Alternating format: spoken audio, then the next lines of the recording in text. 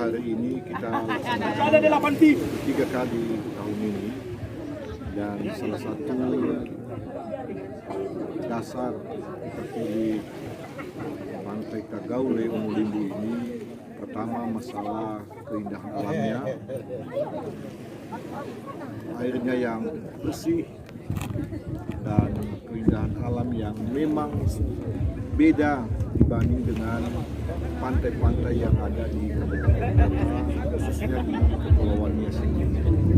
Bayangkan saja saat ini cuacanya cukup meyakinkan sehingga para pengunjung ini bisa menikmati alam ini dengan baik, dan pasirnya juga bersih, termasuk juga airnya, lautnya yang sangat menjanjikan sehingga para pengunjung bisa langsung mandi setelah selesai menikmati.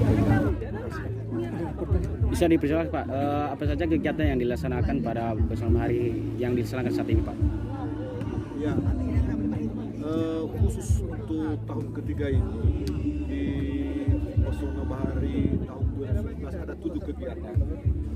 Yang pertama dulu adalah voli pantai, lomba lari pantai 5 km, tari tambang, setelah itu bakar ikan juga, lomba layang-layang, dan ini berlangsung dari hari ini 30 sampai dengan tanggal 3 Desember 2019 ke depan. Ya, apa himbauan Bapak kepada? Bahkan ada yang spesifik tahun ini adalah pertandingan atau perlombaan pencaksilat, sekaligus juga untuk menggali nilai-nilai budaya leluhur kita dulu. Ya, apa harapan Bapak kepada masyarakat kita Pak dalam mendukung kegiatan ini? Ya, harapan kita adalah yang pertama, marilah kita menciptakan kondusivitas lingkungan ini, dan marilah kita dukung. Mari kita berikan